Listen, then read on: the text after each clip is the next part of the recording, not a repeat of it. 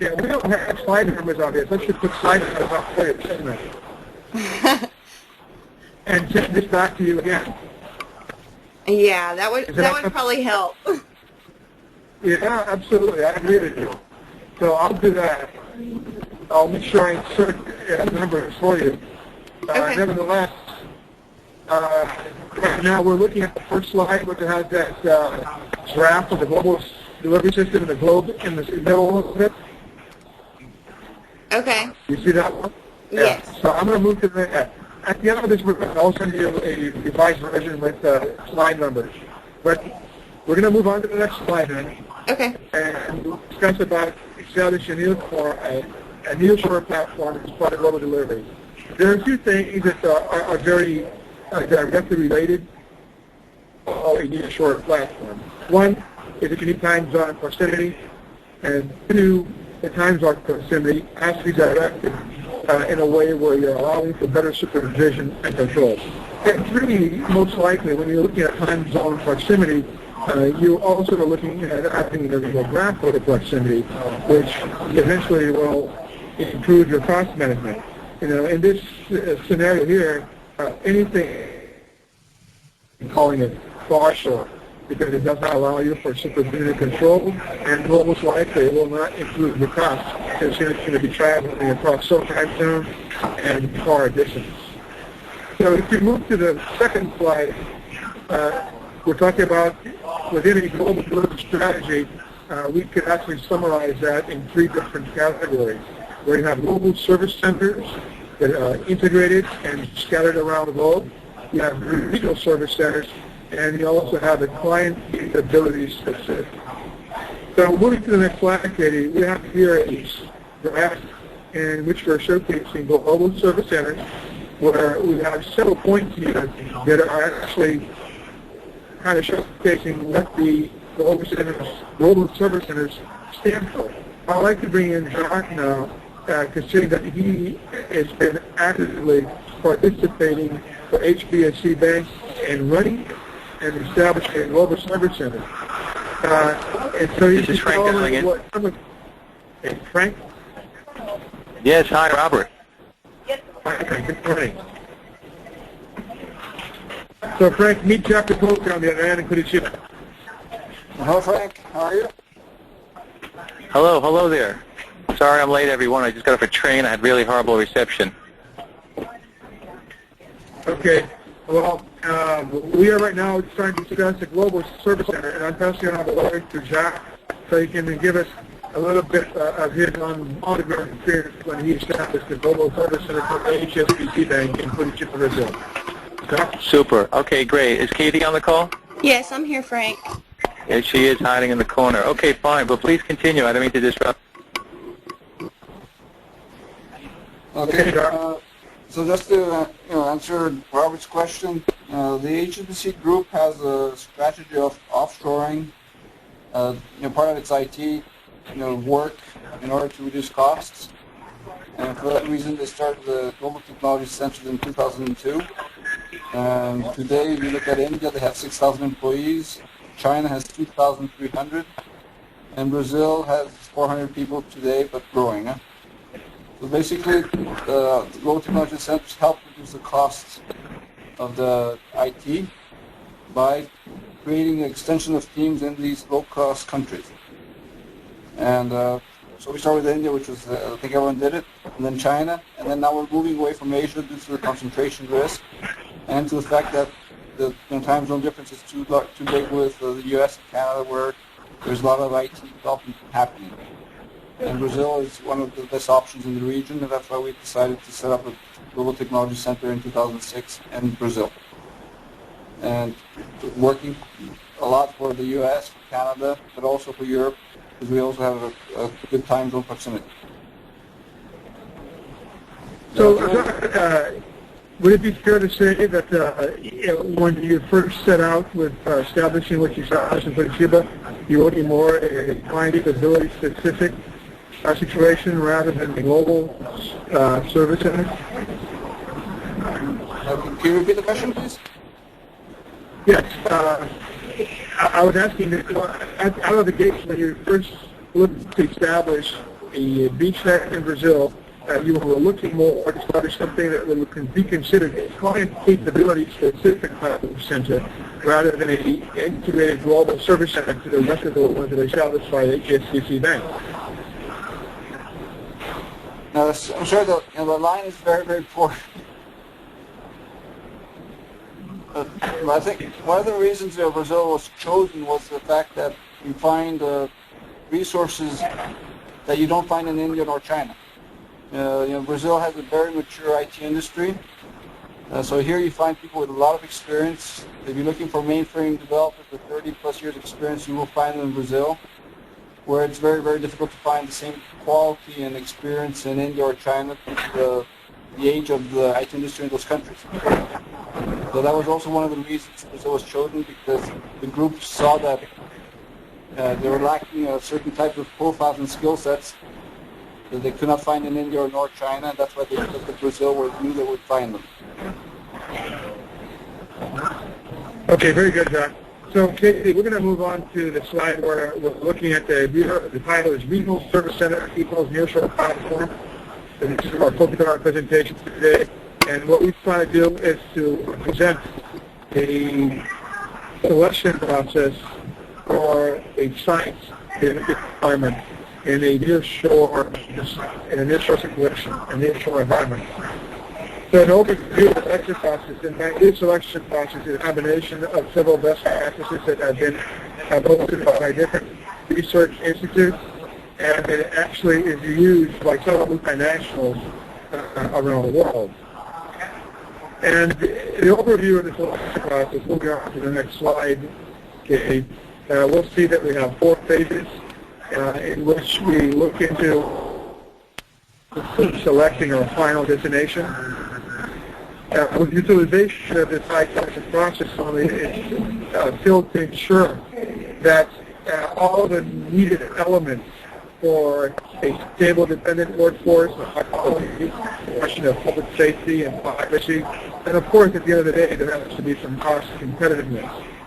So this is divided into country selection, city selection, and then once you've honed down on the cities that you're looking to, like the top 3 lists, you want to engage in some location socialization, and at the end, a selection and negotiation with these local cities that are in the top 3 lists. Frank, you have been around for a long time and seen so many different experiences. What have you seen in the nearshore arena from a standpoint of selecting different places in, say, Latin America? So, Robert, I apologize. This is Frank. I'm having trouble. I'm not sure if you're on speaker or not, but I had trouble hearing that question.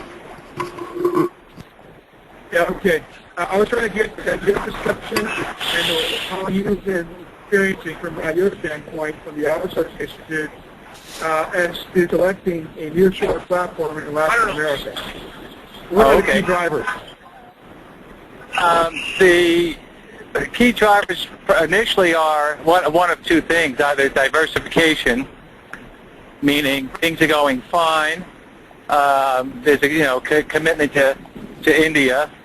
Things are going fine. However, just a desire to be wise and diversify risk, and so you see it's a risk mitigation strategy.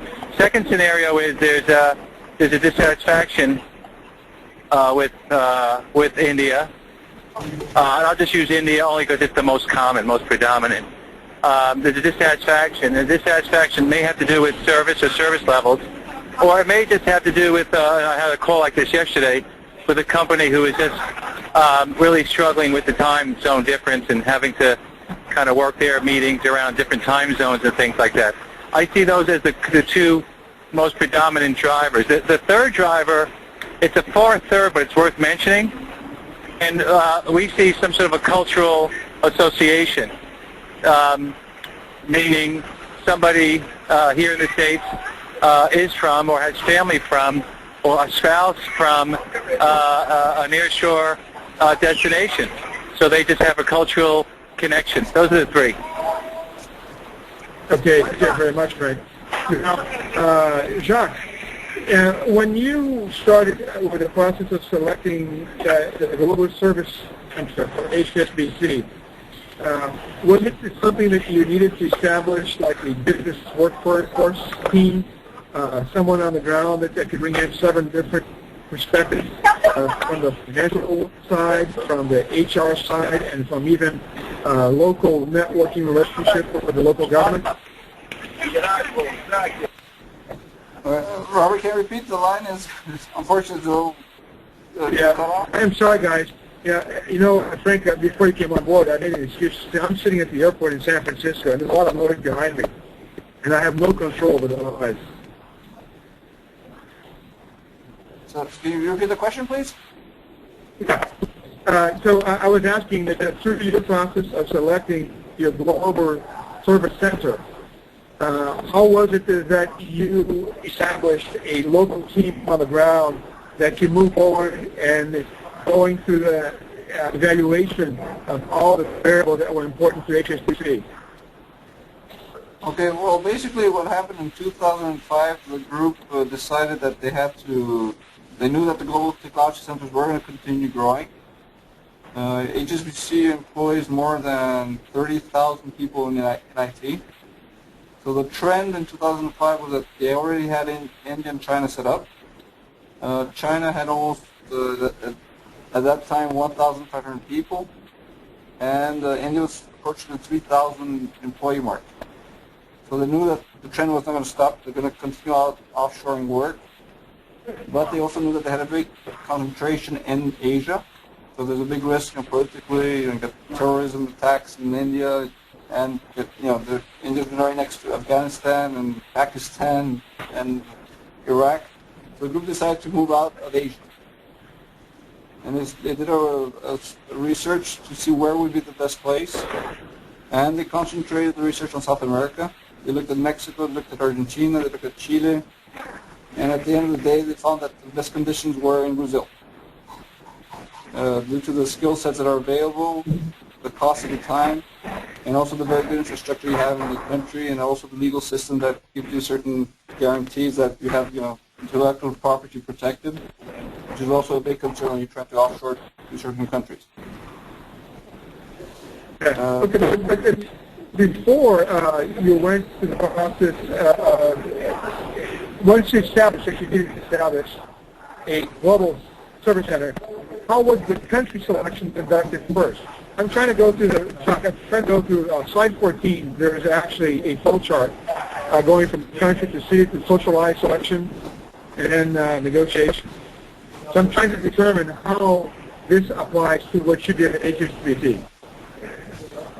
Well, I think what helped the HSBC is the fact that HSBC already has operations in 80-some countries.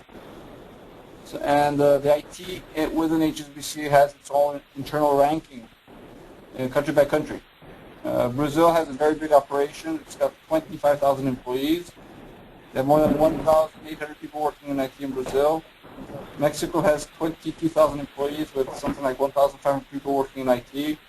So we had operations and IT departments already in those different countries. And the IT does its internal ranking, looking at quality, availability of systems, and all that. And Brazil has always been very well placed in that ranking.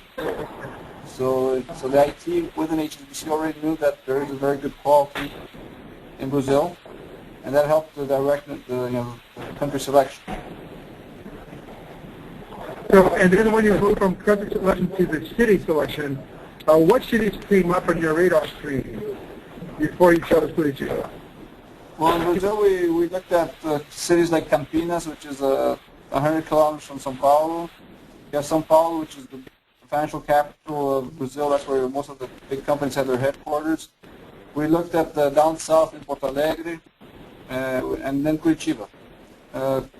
Curitiba was chosen because it's a good city that has very good universities. It's very well known in Brazil for the quality of the education. It's a good-sized city. It's 1.7 million people. So you have already locally, you have a lot of very good IT professionals. And also, HSBC is headquartered in Curitiba. So there were some advantages of being next to the bank because we can use the part of the infrastructure. Interbank. So That would take to Cuba. Yeah. Okay. And we also felt that in Cuba we had the quality and also less attrition due to having less competition from other companies. And for example, if you're based in Sao Paulo, there you've got a lot of companies, and so more competition, so the attrition rate will be probably higher. Yeah. So if you look at slide 15, where you have the 4 selection phases, you could Brazil, besides having a specific IT skill that HPC was looking for, it provided also a long-term investment sustainability for what was being seen received from the global service center. Is that correct? Yes. What I'm doing right now is I'm going to send everyone a revised PowerPoint with numbers on it, so we're all on the same page.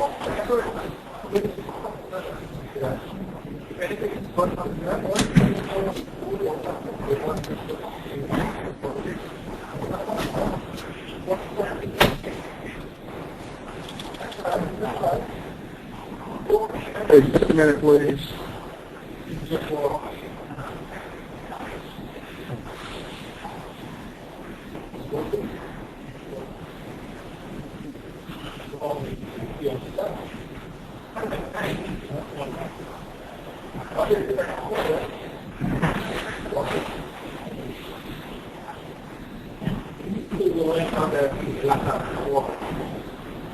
So, I just sent Katie, put the numbers on it. That will help solve that. I don't think everyone's been able to follow the flow, just because we might be looking at different slides. Okay. Well, I've not received it yet. It's sleepy in San Francisco's out here, pretty Cuba. Well, Robert, are you there? Yes, Frank. Hey, buddy. Listen, I'm having trouble hearing everyone, and maybe because I'm right near a train station, you're near an airport. I don't want to continue to be a distraction. The main reason I'm here is, number one, I want to make sure we answer any questions, and just as a sign of support, is there anything I could say at this point? Any particular questions for me? Because if not, I just soon drop off because I'm having trouble hearing, and I don't want to be a distraction to the call and constantly asking people to repeat themselves. Actually, to me, it would be better if we all of us could do this 45 minutes before the actual webinar tomorrow morning. Yeah, that would be fine. I'd be happy to speak with you later if you want to close the loop. But, the main purpose of this call is just for Katie to get everybody on the same page. My goal there is to really help host and make sure we interact with the audience and everybody gets the most out of it. It's a great topic, and we'll have a good turnout, so I have no concerns about that. Yeah, okay. Yeah, because to me right now, I'm also having connections. Sometimes I hear shots up and down, so I can't really follow. So I'd like to suggest to help Katie, Jacques, and Frank here that we do meet tomorrow at 9:45 or 10:15, so it can be done. Yeah, that's fine by me. I'll just ask Katie Katie has direct access to my calendar. Yeah, I'll send out an updated meeting that gives y'all about 45 minutes if we can pull that off. Hey, Jacques, are you fine with 45 minutes before the actual webinar? Yeah, it's really a matter of what you're comfortable with. I do these every month. So my role is the easiest part, really. So I personally don't need the prep. It's just a matter of how much prep or discussion you and your colleagues need. Frank, I said Jacques. That's why you heard Frank. I said Jacques Kehoka. I have a meeting before, so I think I can hook up a half an hour before. Okay. Yeah, half hour is fine. I'll send that out with just a half hour. Okay. And Robert, if for any reason between now and then you want to speak, I'm on the road in the city all day today. You can just call me on my cell. You have my cell number. Can you can you give that to me again? Sure, it's 516-384-4434. Okay. You don't have a U.S. cell number too, right? You have that already? Yeah, if Katie, if you could just jot that down, I'm literally traveling between buildings right now, so Sure, I'll get that we'll be able down. to jot it down. But you can give that to Katie, because you're going to, I'm going to be seeing you in town later this week anyway. Okay, very good, Frank. Be good to have each other's cell phone.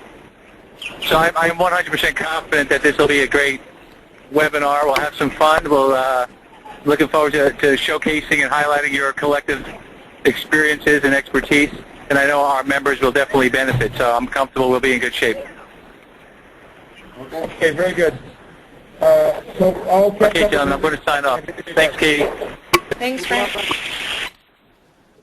Katie, Yes.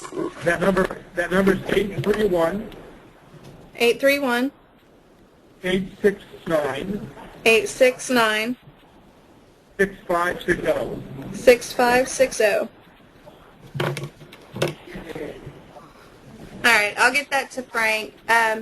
Do you and Jock want to keep going through this? I don't mind staying on the line. I know it's kind of difficult to hear you because of the airport noise. Yeah. Well, I'm going to do what you call it. Jacques, what time can I call you tomorrow morning, Brazil time, early morning? Because I'm already working on Brazil time from California. I get up at 4 o'clock in the morning every day. So I don't mind waking up early and do a run with you without Katie, and then come on to Katie half an hour. Can I interrupt your breakfast or something? We can talk at 8:30. 8:30 your time? Yep. Yeah, okay. I'll call you at 8:30 your time. Okay. And then after that, I have a meeting at 9:30, and then I'm fully booked until the webinar. Yeah. Okay. Okay, so what we're going to do, I'm going to call Jacques 7:30, my time, or our time on Eastern Board, 8:30 his time. We'll do a half an hour, and then he'll come back at 10:30 with all of us four to do just a last run before we go out live at 11. All right? Okay, that sounds great. Okay, then. All right, Jacques, thanks a lot. Katie, thank you, too. I just sent you the PowerPoint with the numbers on it. So Okay. that'll be easier. And I still have another half hour before I start playing. So you need to call me, talk to me, and call me the cell number. Okay. All right? All right. Okay. Thanks, Robert. Okay, guys. Okay, Robert. So you call, Robert, you'll call me Yes, tomorrow sir. morning, 8:30 Brazilian time, huh? Yes, absolutely. Okay. Okay, talk to you tomorrow morning. All right. Yes, Till please. tomorrow. Okay. See you tomorrow then. All right. Take care, bye-bye. I take care, too. Thanks again, Jacques. Okay, speak to you tomorrow.